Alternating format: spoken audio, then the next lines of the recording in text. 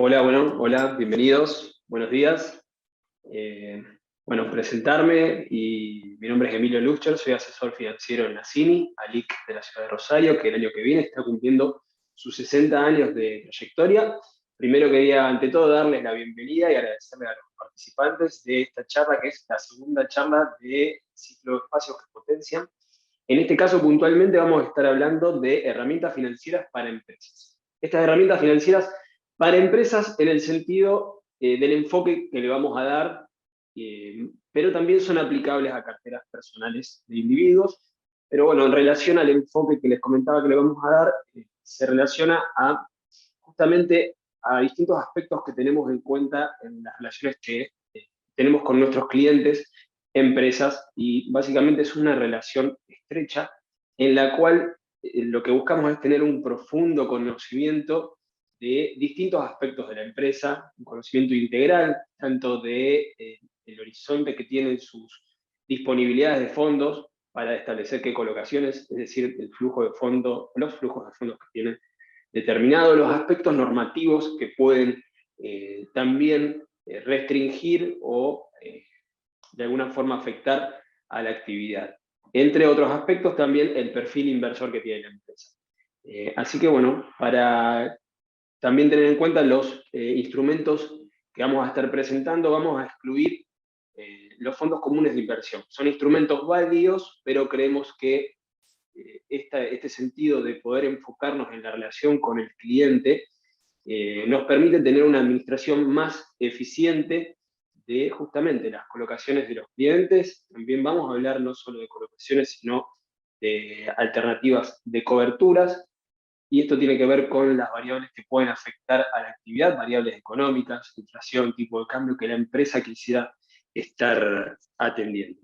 Así que bueno, pueden dejarnos las preguntas escritas, nos vamos a estar contactando también como para responderlas y cualquier duda también poder disiparla. Así que bueno, les voy a compartir una presentación y ya vamos a empezar a hablar de los distintos instrumentos financieros.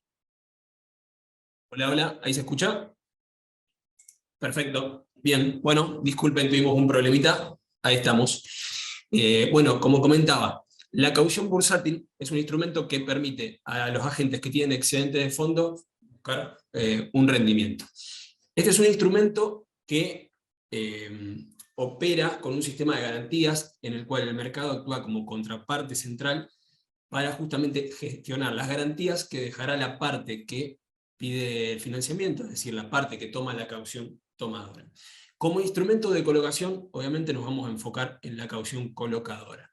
Este instrumento tiene distintos objetivos, principalmente podemos enfocarnos en lo que son los objetivos de saldos líquidos transitorios de más corto plazo, y los plazos más comunes que se operan son desde un día, 7 días y 30 días.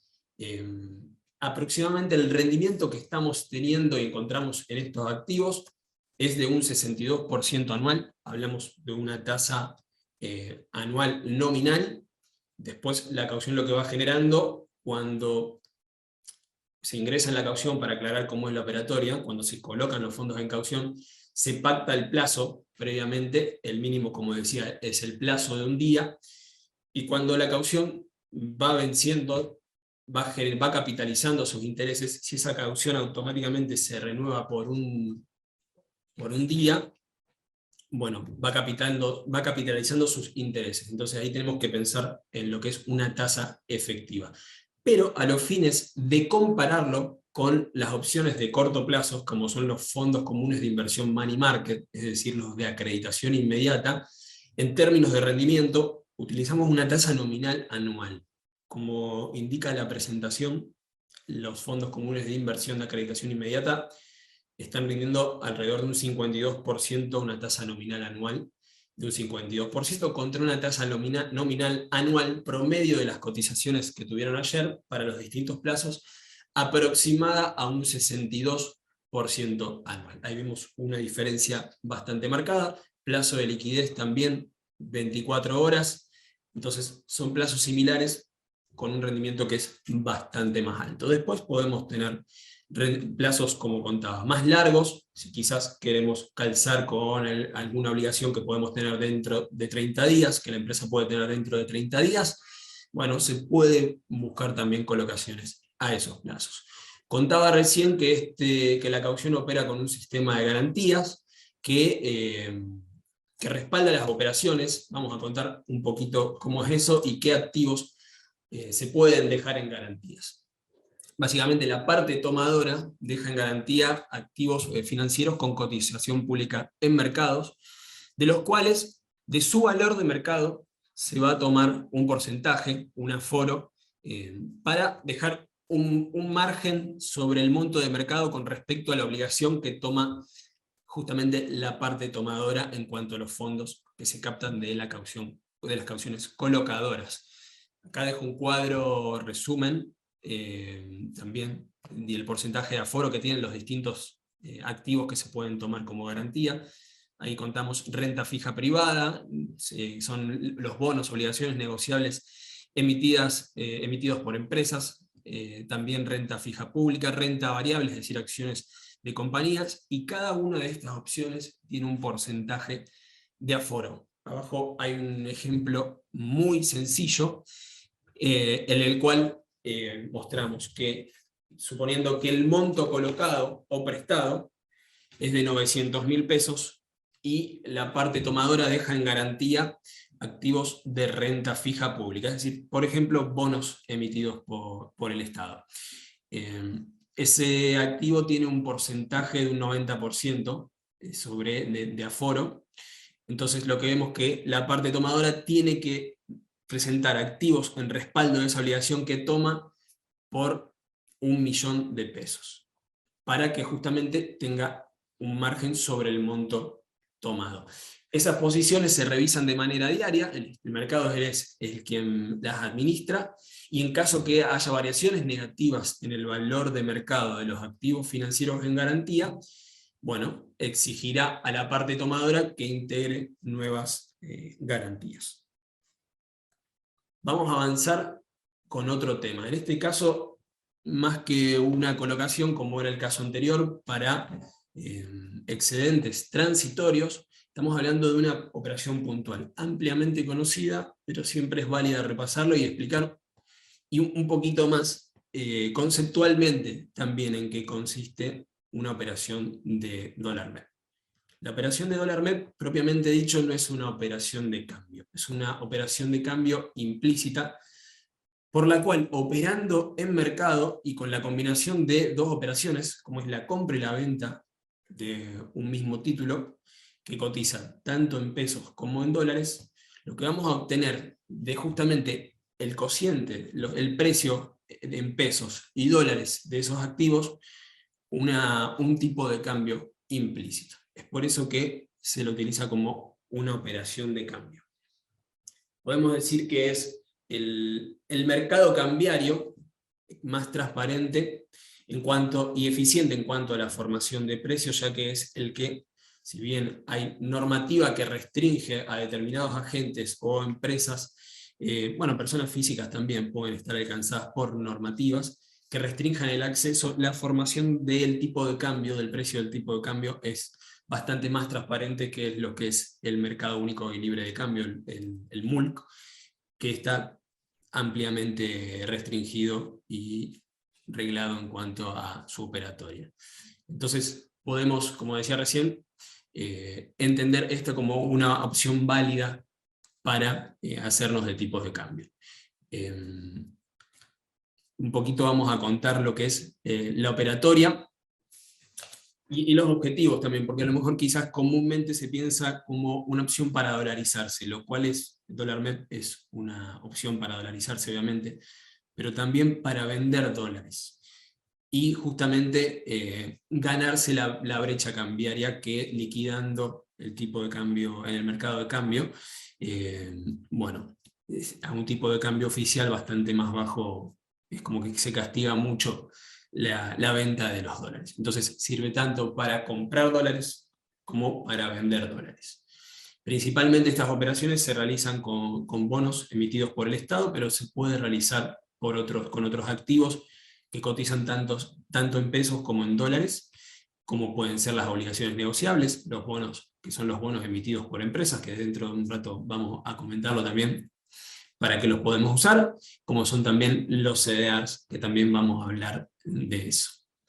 Entendiendo cómo es la operatoria, para lo que es la compra de dólares a través de este sistema, tenemos el famoso parking, se llama, de 24 horas. Es decir, que el bono con el que operemos se compra en pesos, y hay que tenerlo en posesión de cartera propia por 24 horas. Al día siguiente, eso se opera en un plazo inmediato, contado inmediato, eso se opera en el mismo día que se compran los bonos, eso ya pasa a formar parte de la cartera de la persona que está haciendo la operación, y al día siguiente se vende el mismo bono en su cotización en dólares.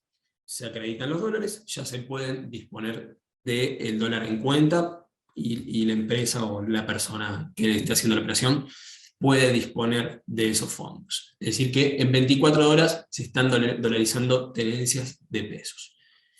La operación inversa, cuando partimos desde dólares y nos referimos a la compra del título en dólar, para hacernos de pesos no tiene este parking. Para liquidar en pesos se compra el bono en dólares e inmediatamente se puede liquidar contra pesos y así hacernos de la liquidez. Aspectos normativos a tener en cuenta para distintas actividades. El primer caso que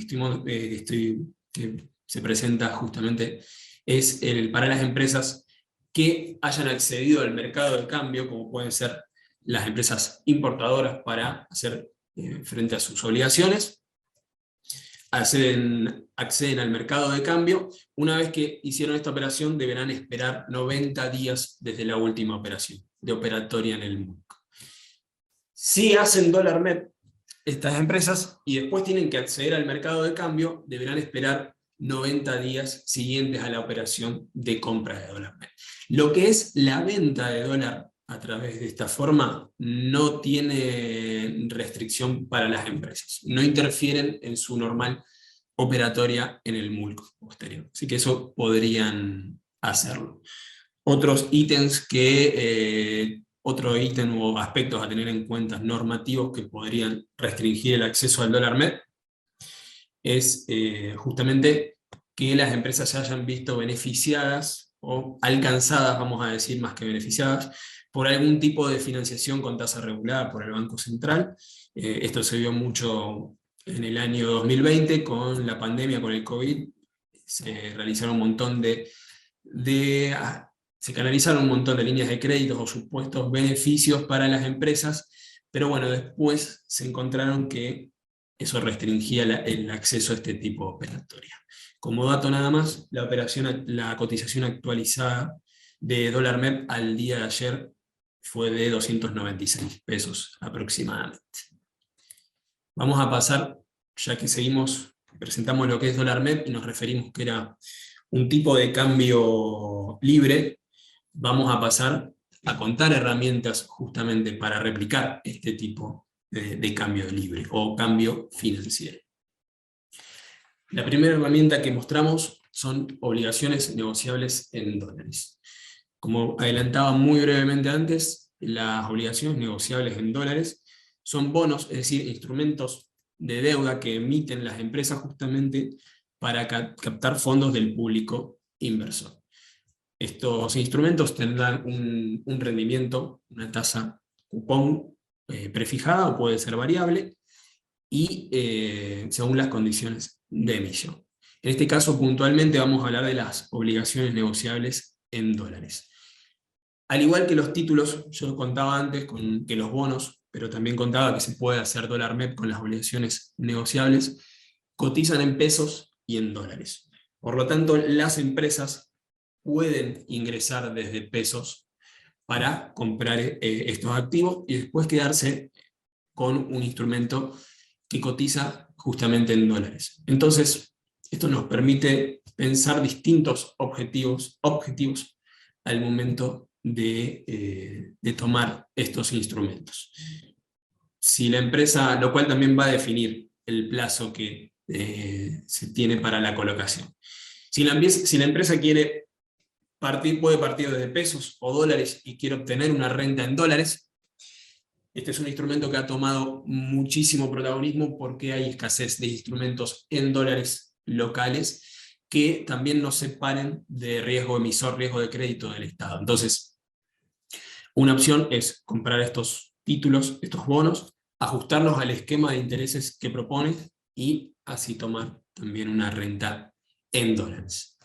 Por otro lado, se puede pensar que otro objetivo puede ser, como decíamos, y como que sirve esta herramienta, que sirve para replicar la evolución del tipo de cambio libre. Como el activo cotiza en pesos y en dólares, cuando este tipo de cambio tiene implícito que sean estos activos, sube o baja también, porque funciona para las dos partes, su cotización en peso va a tener que también tener un correlato con esa cotización, si no, estaríamos de alguna forma desarbitrando la cotización del tipo de cambio y nos permitiría acceder al tipo de cambio a una cotización distinta a la que habilita, por ejemplo, la operatoria con bonos. Entonces, si la idea es replicar tipo de cambio libre, se puede generar esa cobertura.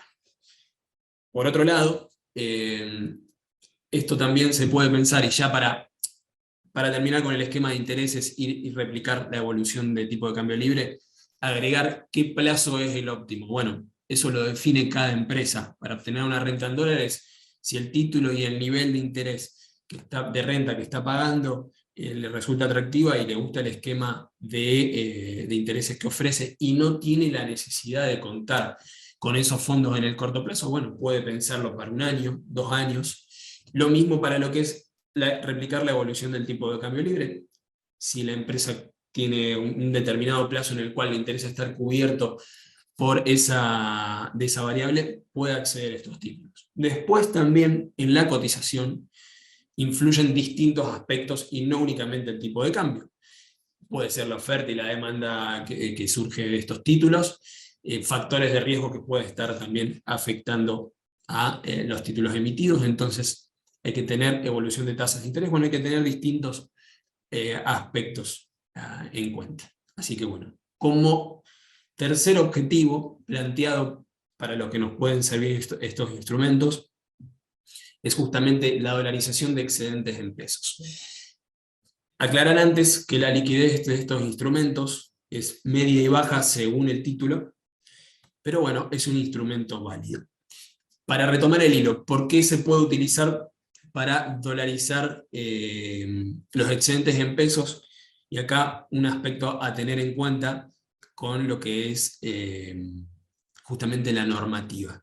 Cuando las empresas que independientemente operen en el MULC, en el mercado de cambio, compran estos títulos en pesos, pueden dolarizarse también y recibir rentas en dólares, pero también si mantienen esos títulos al vencimiento van a recibir el pago en dólares. Y esa dolarización indirecta, si se quiere, no está restringida en cuanto a futuras operaciones en el mercado de cambio. Es decir, que no estarían restringiendo el acceso al mercado de cambio y el giro comercial de una empresa que, por sus características, tenga que acceder a este mercado de cambio.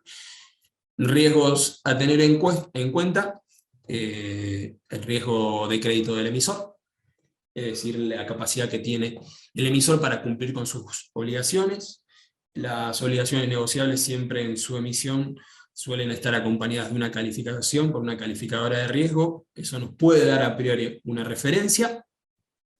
También hay que ponderar como otro riesgo una cuestión ya quizás ajena a la empresa propiamente dicho, pero más ligada a una cuestión sistémica local, que es la escasez de reservas de divisas en el Banco Central. En la actualidad, para dar algunas referencias de lo que viene pasando en la práctica y también normativa, el Banco Central, ya desde hace aproximadamente 2 años, dispuso que las empresas que hayan emitido obligaciones negociables, en realidad que hayan emitido deuda, conceptualmente eso es una obligación negociable en dólares, solamente podrán comprar hasta por el mercado de cambio el 40% del total de la obligación.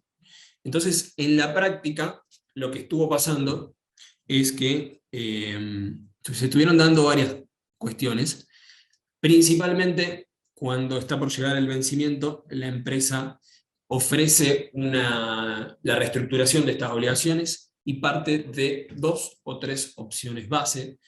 Una opción base para el público que quiera, para el inversor que quisiera recuperar sus fondos, se presenta una opción que por lo general la llaman opción base, en la cual le establecen que solamente pueden, o como mínimo, mejor dicho, le pueden reintegrar el 40% de las obligaciones, que es lo que el Banco Central le permite acceder justamente para cumplir con esas obligaciones.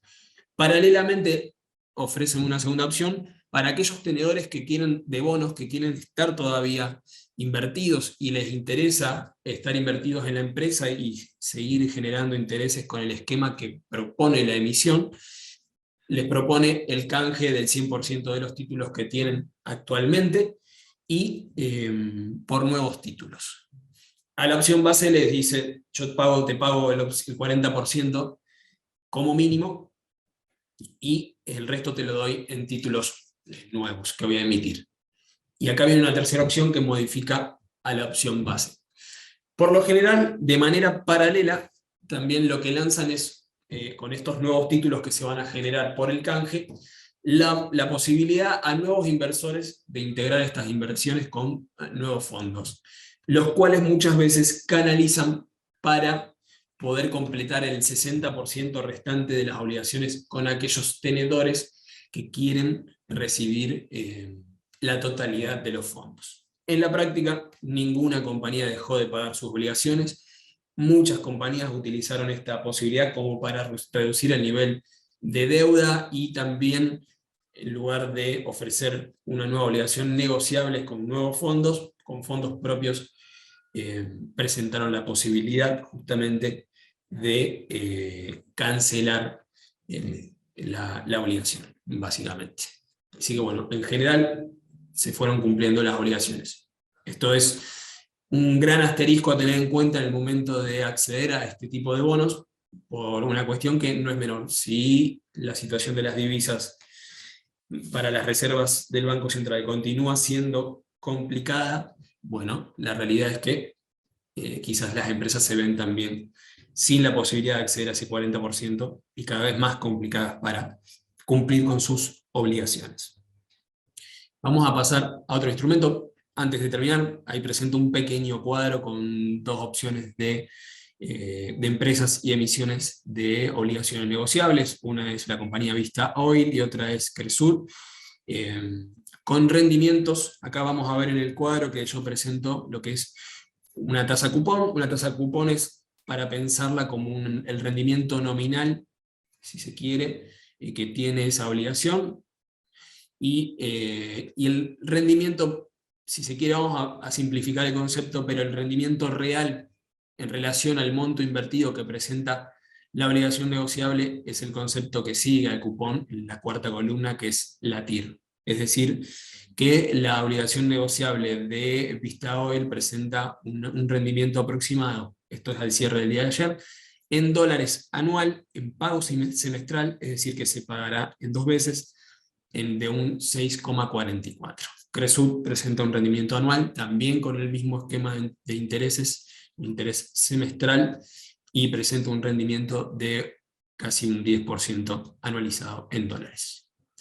Vamos a pasar al siguiente instrumento, también para replicar tipo de cambio libre, que son los CDRs, o una cartera de CDRs. A lo mejor han escuchado en el último tiempo sobre estos instrumentos por distintos motivos, y uno de los principales es esto también, que es justamente replicar tipo de cambio libre, y también abre la posibilidad de operar con títulos que no cotizan en el mercado argentino directamente, pero sí a través de los CDRs.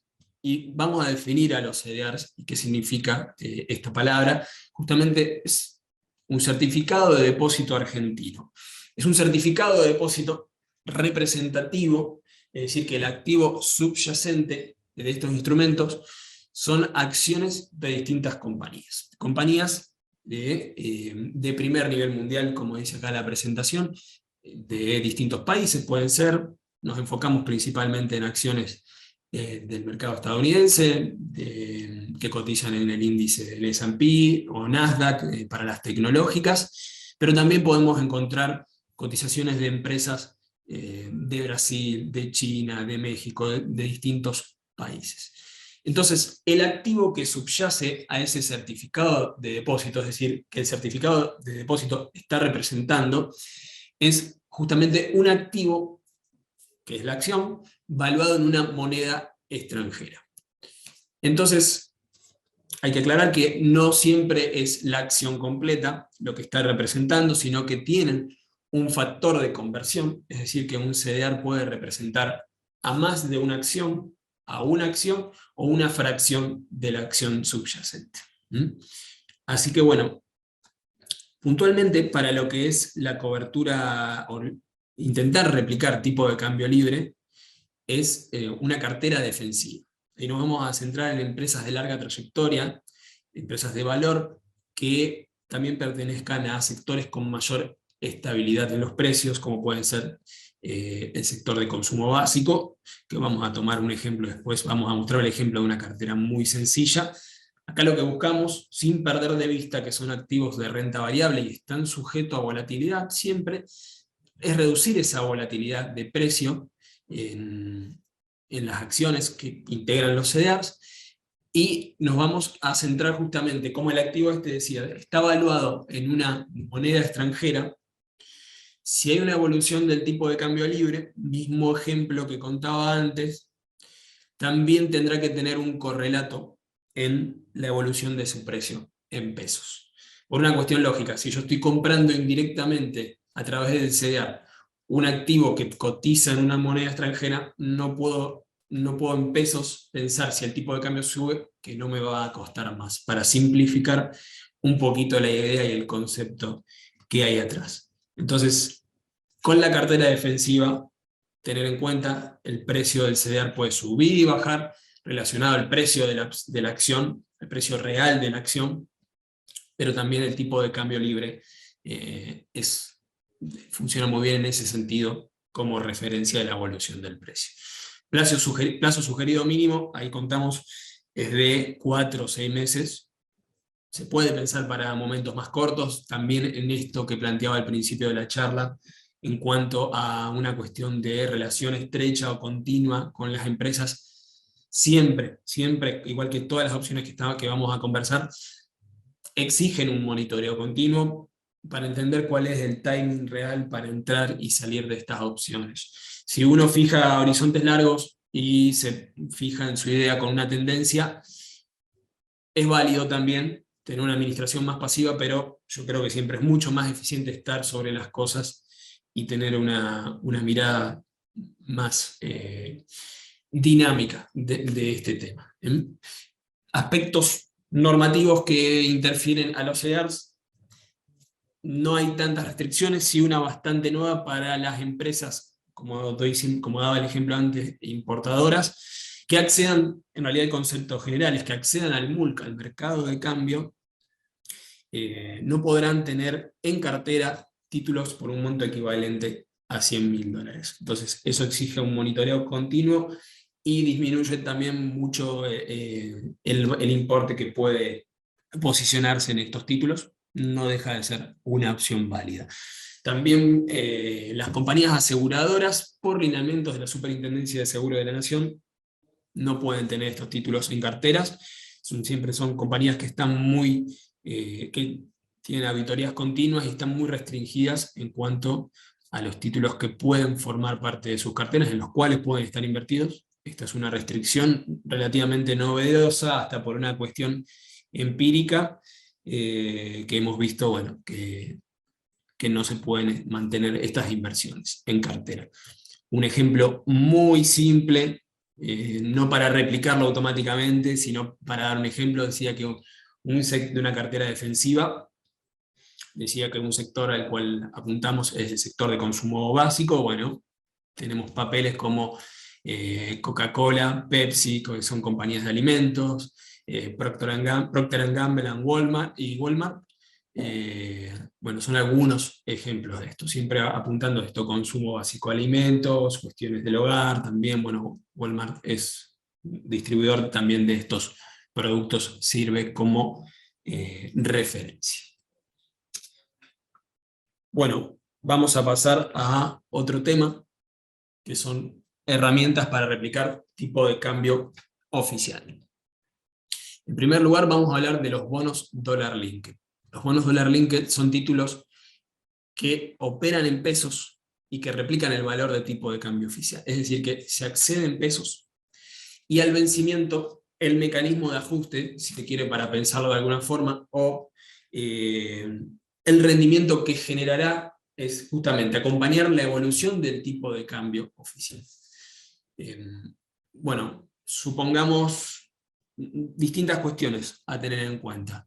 El nivel de cobertura de estos títulos y digamos, la efectividad que tendrá el mecanismo de ajuste también no solo depende a sus lineamientos por los cuales, o a la característica por la que tiene el fondo de pagar justamente al vencimiento este tipo de cambio oficial, sino también que está vinculado a la evolución de la oferta y la demanda que hay de estos títulos. Cuando se acelera o se percibe que se va a acelerar el nivel, en este caso de, si se quiere, de depreciación controlada que se presenta del tipo de cambio oficial, y cuando las perspectivas indican que este tipo de cambio se puede acelerar, también va a subir la demanda de estos títulos. Al subir la demanda va a subir la cotización de esos títulos, y para hacer un ejercicio simple, lo que va a pasar es que el precio de los títulos en relación al tipo de cambio oficial del momento en el que se compra puede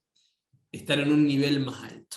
Entonces, vamos a ir al cuarto ítem donde dice precio. Tomamos como bono de referencia un bono que tiene emitido por el Tesoro de la Nación y que tiene vencimiento el 30 de noviembre de este año, 70 días más o menos, que es el T2B2. Ese bono al día de ayer cotizaba 150 pesos con 60 centavos. Si pensamos que tomando el tipo de cambio mayorista de la comunicación A, 3.500 del Banco Central, que esa es la referencia que tomamos de tipo de cambio para estos títulos, que estaba a 144 pesos con 35 centavos, entendemos que cada dólar lo estamos comprando por encima de ese valor, a 150 pesos aproximadamente. Entonces, ahí se habilitan dos cuestiones: pensar que no es el tipo de cobertura que a lo mejor consideramos óptima, o entender que quizás si la diferencia no es tan grande, y pensando en las proyecciones que pueda haber más adelante, y atendiendo el mecanismo que tiene el bono para pagar, que de ajuste por este tipo de cambio, nos puede seguir pareciendo una buena opción. Bueno, es más que válida para considerarlo. Después, con la próxima opción, vamos a evaluar también cuál puede ser más efectiva de las dos opciones, que es justamente cobertura con dólar futuro, y algunas estrategias. Vamos a ver una estrategia puntual que se puede hacer con estos títulos, independientemente de la evolución del tipo de cambio. Pero para pensar intuitivamente cómo funciona un bono dólar link, es válido comparar la cotización del tipo de cambio oficial actual, pensar que estoy comprando un dólar, para pensarlo en términos de unidad, a 150 pesos, y ese es en el nivel en el que me estoy dolarizando. Obviamente, ahora lo vamos a comparar también con la operatoria de dólar futuro, pero para también insertar un concepto que es el costo de oportunidad. Plazo para estar colocado, lo define la empresa. Este caso es un vencimiento en noviembre, pero hay títulos que van a plazos más largos, y lo define la empresa por el tiempo que quiere estar cubierto. Siempre amerita monitoreo la posición del bono dólar link, porque si en algún momento el bono también, ante una suba de demanda y considerando el precio que se entró, genera un rendimiento quizás mayor al esperado, se puede también desarmar esa posición y bueno, buscar otra colocación alternativa. a tener en cuenta. Riesgo de crédito, emisor, Estado en este caso, los casos que estamos planteando. Hay obligaciones negociables también en dólar linked, pero bueno, si tenemos algún resquemor sobre la deuda emitida por el Estado, siempre es válido también tenerlo en cuenta al momento de definir la inversión. Vamos a pasar a otro título para replicar tipo de cambio oficial, que es la compra de dólar futuro, operatoria a través de McBarrofex. Y en este caso cabe aclarar, conceptualmente es totalmente distinto a lo que es la operatoria de un bono dólar link. El bono dólar link lo que supone, como decíamos recién, es tener un excedente de fondos y comprar el bono en un momento. Esos fondos ya están destinados a justamente la cobertura o la operatoria o a replicar esta variable. La cobertura de dólar futuro funciona de una forma totalmente distinta. Si se quiere, se puede pensar como un seguro. No promete un resultado positivo, si lo que se busca con esto es reducir incertidumbre sobre una variable o sobre un precio de todos los precios que afectan la actividad de las empresas, las actividades de las empresas. Entonces, nos da previsibilidad en la operatoria, nos permite conocer el tipo de cambio que, para hablar un poquito del plazo, hay que entenderlo también que deberá estar calzado con los plazos en los cuales las empresas tienen los compromisos, pero bueno, reduce esa incertidumbre. Como decía antes, el tipo de cambio, la cobertura, perdón, con dólar futuro no promete un resultado positivo. Si nosotros fijamos la compra de dólar a futuro a un X precio y en el tipo de cambio de contado, o bueno, comparamos también con este que decíamos hace un rato, de comunicación 3500 del Banco Central, en ese caso el precio de compra es mayor al precio que nosotros fijamos por adelantado, en ese caso tendremos un resultado positivo. Si es igual, el resultado de la cobertura será neutro, y si es menor, el resultado será negativo, por el simple hecho que si nosotros no hubiéramos tenido la cobertura, podríamos acceder al tipo de cambio en el mercado por un monto menor. Igualmente, creo que es válida esta opción, siempre hay distintos aspectos a analizar, las tasas implícitas también de interés en lo que es dólar futuro, pero bueno, siempre creo que es válido en un contexto en el cual muchas variables no nos permiten justamente reducir la incertidumbre en términos de conocerlas de manera anticipada. Bueno, dólar futuro nos lo permite hacerlo. Dólar futuro también, a diferencia, ya empezamos a comparar un poquito con lo que es estar cubierto por dólar linked, no nos exige el 100% de la colocación efectiva en el momento de los fondos.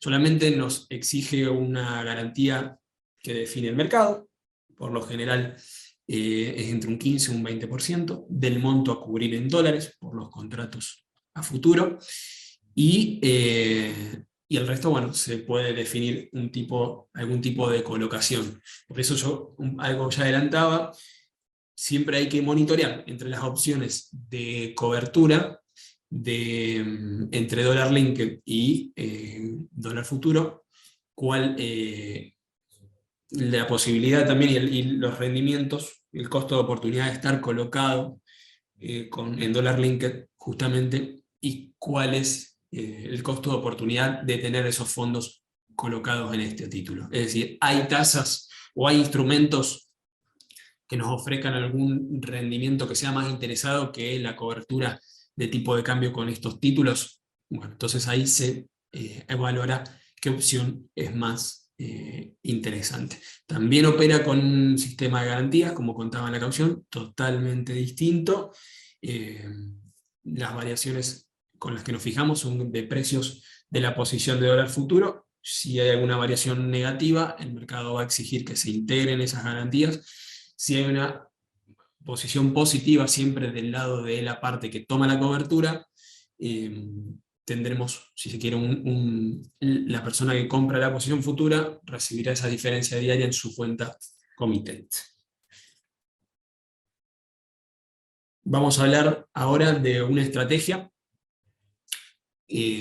justamente también con los instrumentos dollar linked y combinando también con una posición futura. Es un instrumento sintético formado. ¿Qué es un instrumento sintético? Primero vamos a definirlo. Podemos pensar el instrumento sintético como una estrategia, si se quiere, formada por más de un activo, por distintos tipos de activos, que tendrán rendimientos individuales, pero esos rendimientos individuales están pensados, en realidad esos activos están pensados para que sus rendimientos individuales generen un nuevo rendimiento, un rendimiento neto conjunto de operar esos distintos títulos al mismo tiempo. Es decir, se piensa como un nuevo instrumento en términos del rendimiento que puede generar, pero está formado por más de un instrumento. Esto ya es una opción de colocación. Si bien vamos a usar dos instrumentos que hablamos para cobertura, lo interesante acá es pensarlo, y lo apropiado acá es pensarlo como un instrumento de colocación, para buscar rendimientos, básicamente. Este instrumento sintético va a estar formado por dos activos puntualmente. Uno es el bono dólar linked que hablaba hace un rato, el T2B2, que tiene vencimiento el 30 de noviembre de este año. Y por otra parte, vamos a tener la venta de la posición de dólar futuro a noviembre de este año también. Entonces, por el lado de la compra del bono, lo que pensamos es que estamos sabiendo el precio de compra de $1, vamos al ejemplo mínimo de $1, por 150 pesos, como decíamos ahora, y por otro lado, fijamos la posición de venta del dólar a futuro. Entonces sabemos precio de compra y precio de venta de esa posición, más o menos alrededor de 176 pesos, si mal no recuerdo el cierre de ayer. Estaba la posición de venta de dólar futuro a noviembre. Entonces, ya sabemos cuánto pagamos, es decir, cuánto es la inversión y cuál es el flujo de fondo que vamos a recibir por la venta de dólar futuro al cierre, lo cual nos permite adelantarnos, ahí como indico, presento que son 71 días para la fecha de vencimiento, nos permite adelantarnos y saber cuál va a ser el rendimiento de esa inversión. Hoy está presentando un rendimiento neto anualizado de un 83%. Si comparamos con otros instrumentos, yo presentaba inicialmente lo que era la caución bursátil, pensado siempre la caución retomarlo para un plazo más líquido, de un plazo más corto, y les contaba que estaba un 62%. Esto ya obviamente hablamos de un plazo más largo.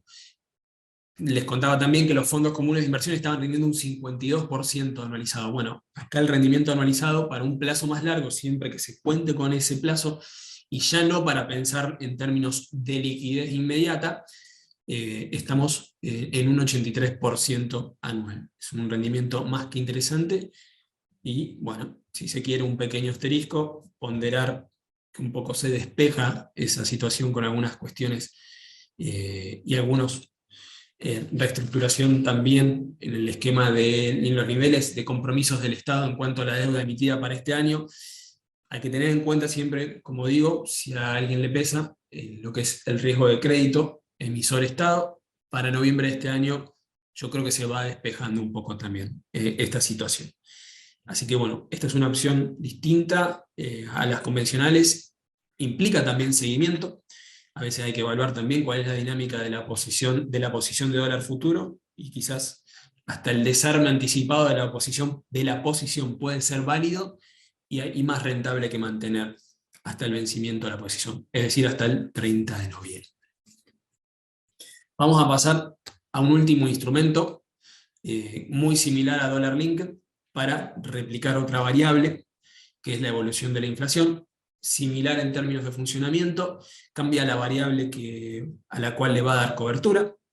En este caso, la variable a la cual le da cobertura es a la inflación. Básicamente lo hace con bonos y letras, lo vamos a hacer, que emite el Estado también, que ajustan por ser, que es el coeficiente de estabilización de referencia, que a la vez en su cálculo ajusta por el índice de precios al consumidor. Es decir, ajusta y replica el nivel de la inflación. Considerar también que la cobertura de esta variable está sujeta a la oferta y la demanda también de los títulos y a la demanda de la cobertura de estas variables, lo cual va a afectar el precio. Lo mismo que decía en Dollar Linked, si hoy lo que estamos viendo, al ver y al entender que la inflación es una variable que no será controlada, o al menos no se avisora que al corto plazo esa variable sea controlada, estos títulos empezaron a tener cada vez más demanda. Entonces, el rendimiento que pasan a tener es inflación menos algún porcentaje. Entonces, no deja de ser interesante si pensamos que hay una inflación establecida, proyectada para el total de 2022 cercana a un 99%, eso es una proyección promedio que muestra el REN, para los próximos 12 meses cercana a un 100%, si vemos que hay títulos que pagan inflación menos un 3%, inflación menos un 7% anual, siempre hablando en términos anuales, después hay que prorratear para entender el rendimiento que va a tener el título por el tiempo que perdure la colocación. Bueno, creo que tampoco son malos rendimientos para estar colocados, más como decía antes, creemos que todavía es un tema central que no está resuelto y no se avisora que esta variable se controle. Así que bueno, esto es todo por la parte de las herramientas. La idea con respecto a las herramientas financieras era dar un pantallazo. Ya en charlas siguientes hablaremos también de herramientas de financiamiento y hablamos de cobertura y de colocación de excedentes. Ahora, para ir terminando, les voy a contar también cuestiones ligadas a la operatoria de estos títulos y de estas opciones que les estuve contando. Como les contaba antes, Nassini es una LIC, lo que antes se llamaba una sociedad de bolsa, ahora la denominación correcta es un agente de liquidación y compensación, y la operatoria a través de agentes de liquidación y compensación, y voy a contar un poco ya lo que es la operatoria acá con nosotros también, presenta dos cuestiones, yo creo que más de dos cuestiones, pero en términos operativos presenta una dinámica muy ágil en lo que es apertura de cuenta. En 24 horas, una vez que se presenta todo, se hace con una carga online y ya la cuenta está abierta y todo lo que estuvimos hablando recién lo podemos empezar a hacer. Otra también, como contaba antes, nuestra forma de trabajar es la cercanía al cliente, estar muy encima de las operaciones.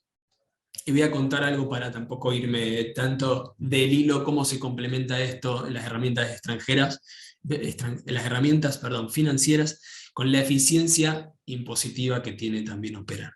Y tiene que ver con lo que es formas de fondear las cuentas y formas de disponer de los fondos, y justamente la eficiencia impositiva, la reducción del impacto impositivo que tiene este tipo de operatoria a través de una LIC. Puntualmente, las formas de fondeos que se generan hacia la sociedad de bolsa, cuando una empresa tiene un cheque que está a la orden y nominado justamente a nombre de la empresa, sin endosos previos, ese cheque lo puede endosar a la sociedad de bolsa en lugar de cobrarlo sobre su cuenta propia. En este caso, lo que está evitando es el cobro del impuesto a los créditos y también el cobro, el débito de ingresos brutos, es decir, a través de cuentas bancarias. Porque eso, ya una vez que endosa el cheque, cae el cobro sobre la cuenta de la sociedad de bolsa. Entonces, ahí se genera ese ahorro fiscal. Las pymes pueden tener un recupero de ese ahorro fiscal, pero en términos reales, como se difiere el recupero de esos títulos, el importe de ese impuesto, retenido, el importe tiene un valor real menor, y la diferencia al nivel de la evolución de la inflación mensual tampoco es nada despreciable en términos reales. Otra forma también de fondear las cuentas es a través de la suscripción transitoria de un fondo común de inversión, cuando la empresa hace una transferencia de fondos que ya tiene bancarizados a la cuenta de la ALIC. Se suscribe un fondo común de inversión por 24 horas, con el objetivo de justamente el impuesto a los débitos por la transferencia no está alcanzado cuando el objeto de esa transferencia es la suscripción de un fondo común de inversión, ya que la suscripción de fondos comunes de inversión y el rescate no están sujetos a, justamente, la suscripción a impuestos a los débitos, el rescate a impuestos débitos, impuestos créditos y a CIRCREP. Y para ir terminando, la disposición de los fondos, muy similar, una vez que necesitan disponer de los fondos, en lugar de devolver los fondos a la cuenta, si tienen que hacer un pago a un tercero, puede ser a algún proveedor, la ALIC puede emitir hasta 2 cheques por día, y la empresa, una vez que toma ese cheque, lo endosa a un tercero y reduce el impacto por los impuestos generados por la emisión del cheque. Y el último ítem para contarles es justamente cuando los fondos vuelven a la cuenta por una transferencia porque necesitan disponerlos, bueno, también pueden pasar previamente por la suscripción de un fondo común de inversión, y en ese caso también después se emite una transferencia por un concepto especial a la cuenta de la empresa y evita justamente el impuesto a los créditos y el impuesto ICIRCREP, ingresos brutos también. Así que bueno, esto fue todo por la presentación de hoy. Si nos quieren dejar en el chat algunas preguntas, nos vamos a estar contactando, se las vamos a estar respondiendo. Les voy a dejar una encuesta muy chiquita, les voy a dejar una breve encuesta, si pueden participar, bueno, se los agradeceríamos. Y ya le vamos a estar acercando nuevos encuentros. Agradecerle de parte de todos desde Nassini la participación y que, bueno, se hayan sumado a esta alternativa. Saludos.